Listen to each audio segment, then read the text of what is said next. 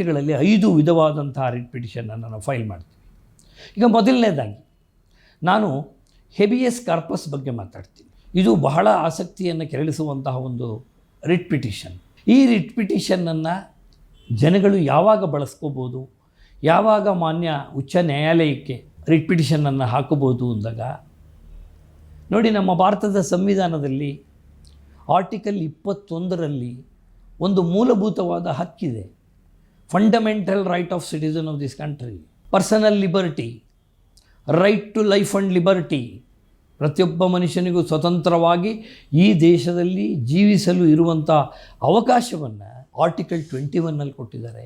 ಹಾಗೇನಾದರೂ ಒಂದು ಪಕ್ಷದಲ್ಲಿ ಒಬ್ಬ ಮನುಷ್ಯನ ವ್ಯಕ್ತಿ ಸ್ವಾತಂತ್ರ್ಯಕ್ಕೆ ಧಕ್ಕೆಯಾದಾಗ ಅದು ಯಾರಿಂದನಾರು ಆಗಿರ್ಬೋದು, ಸಾಮಾನ್ಯ ಜನರಿಂದನಾರು ಆಗಿರ್ಬೋದು, ಸಂಬಂಧಿಸಿದ ಅಧಿಕಾರಿಗಳಿಂದ ಆಗಿರ್ಬೋದು, ಯಾರಿಂದನೂ ಆತನ ಸ್ವಾತಂತ್ರ್ಯಕ್ಕೆ ಅಡ್ಡಿಯಾಗಿದೆ, ಆತ ನಿರ್ಭೀತನಾಗಿ ಬದುಕೋಕ್ಕಾಗ್ತಾ ಇಲ್ಲ, ಆತನನ್ನು ಕಾನೂನು ಬಾಹಿರವಾಗಿ ಬಂಧನದಲ್ಲಿ ಇಡಲಾಗಿದೆ, he has been illegally detained by somebody, ಅಂಥವನನ್ನು ಬಿಡುಗಡೆ ಮಾಡಿಸ್ಕೊಳ್ಳೋಕ್ಕೋಸ್ಕರ ಈ ರಿಟ್ ಆಫ್ ಹೇಬಿಯಸ್ ಕಾರ್ಪಸನ್ನು ಸಲ್ಲಿಸ್ತೀವಿ.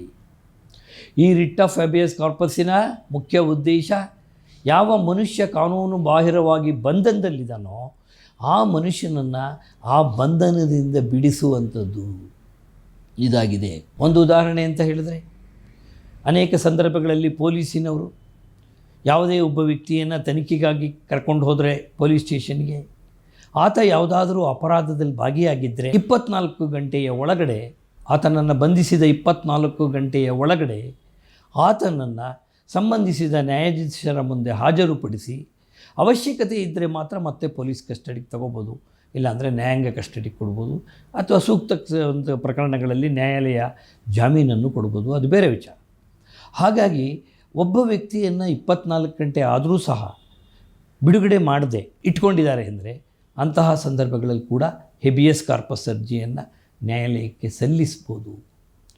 ಈ ರಿಟ್ ಪಿಟಿಷನ್ಗಳ ನ್ಯಾಯಾಲಯಗಳಲ್ಲಿ ಬಹಳ ಬೇಗ, ನೀವು ನಂಬಲಿಕ್ಕೆ ಸಾಧ್ಯವೇ ಇಲ್ಲ ಅನ್ನುವಂಥಷ್ಟು ಬೇಗ 24 ಗಂಟೆಗಳಲ್ಲಿ 48 ಗಂಟೆಗಳಲ್ಲಿ ಇತ್ಯರ್ಥ ಆಗುತ್ತೆ, ಮಧ್ಯಂತರ ಆದೇಶಗಳು ಸಿಗುತ್ತೆ. ಈ ಹೇಬಿಯಸ್ ಕಾರ್ಪಸ್ ಅಂದರೆ ವ್ಯಕ್ತಿ ಸ್ವಾತಂತ್ರ್ಯಕ್ಕೆ ಪ್ರಾಮುಖ್ಯತೆಯನ್ನು ಕೊಡುವಂಥದ್ದು ಈ ಹೇಬಿಯಸ್ ಕಾರ್ಪಸ್ ಅನ್ನುವಂಥ ಅರ್ಜಿ.